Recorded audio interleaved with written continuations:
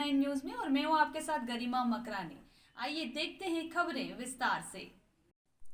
युवा किसान संगठन ने प्रदेश सरकार की किसान विरोध नीतियों को लेकर प्रेस वार्ता की। संगठन पदाधिकारियों ने लैंड पुलिंग योजना निरस्त करने की मांग करते हुए बताया कि जिले में किसान अपनी जमीन देने को तैयार नहीं है। अगर फिर भी सरकार जबरदस्ती करेगी तो किसानों की लाशों पर होकर सरकार को किसान की जमीन पर कब्जा करना पड़ेगा।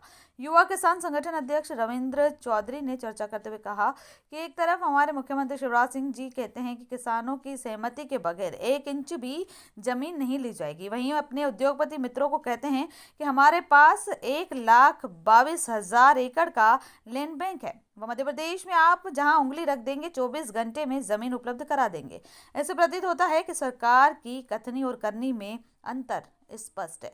वह प्रदेश सरकार किसानों के बीच में अपनी विश्वसनीयता खो रही है। चौधरी यह नहीं रुके, उन्होंने कहा कि प्रदेश सरकार कहती है कि प्रदेश में डबल इंजन की सरकार है, जबकि सरकार दो मुही सरकार है। अगर प्रदेश सरकार ने समय रहते किसानों की सुध नहीं ली और देवास जिले के गाँव को लैंड पुलिंग योजना से मुक्त नहीं किया तो इसके विपरीत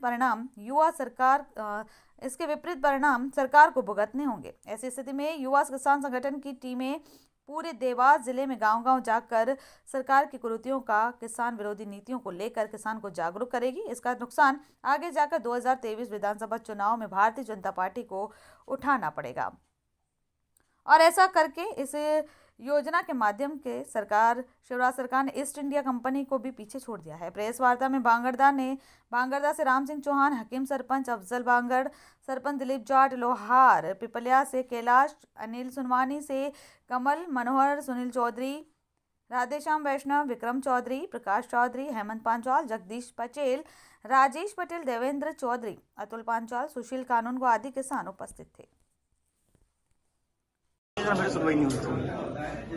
हमारा ये जो प्रेस कॉन्फ्रेंस है वो इसलिए है कि जिस तरीके से लैंड पुलिंग योजना आई थी और सारे किसानों ने इसका विरोध किया था और मुख्यमंत्री जी ने कहा था कि बगैर किसानों की सहमति के 1 इंच भी जमीन नहीं ली जाएगी, लेकिन सरकार की कथनी और करनी में अंतर है। जिस तरीके से वो कहते हैं कि डबल इंजन की सरकार है, लेकिन यहाँ पर यह स्पष्ट होता है कि दो मुही सरकार है। वो किसानों से जब संवाद करते हैं तो उनको कहते हैं कि बगैर सहमति की जमीन नहीं ली जाएगी। जब वो अपने उद्योगपति मित्रों से जब बात करते हैं तो वहां पर कहते हैं कि 1,22,000 एकड़ का हमारे पास लैंड बैंक उपलब्ध है। तो इसी सब बातों को लेकर के और मीडिया जगत के माध्यम से हमको पता लगा कि देवास में वो इन्वेस्टमेंट लेके आना चाहते हैं। तो हम यहाँ बताना चाहते हैं कि देवास में 80 के दशक से जो उद्योग धंधे स्थापित किए गए थे वो भी आज खाली पड़े हुए हैं। करीब 10,000 बीघा जमीन जो औद्योगिक कंपनियों के पास में पड़ी हुई है वो खाली है। इसके विपरीत आकर के 26,500 नई जमीन को एक्वायर करना मैं समझता हूँ ये किसान विरोधी है और देवास जिले के जो किसान है उनके एक तरीके से विपक्ष में जाके काम करेगी। और मैं आप लोगों के माध्यम से ये कहना चाहता हूं कि सरकार की नीतियों के इन्हीं नीतियों के चलते और हमारे देवास जिले के जनप्रतिनिधियों की निष्क्रियता के चलते देवास एक विकसित जिला होने की बजाय सिर्फ एक मजदूरों का गांव बचा हुआ है और यहाँ 200 रुपए में काम करना पड़ रहा है लोगों को। आपने चरणबद्ध आंदोलन की बात की थी, क्या करेंगे चरणबद्ध आंदोलन?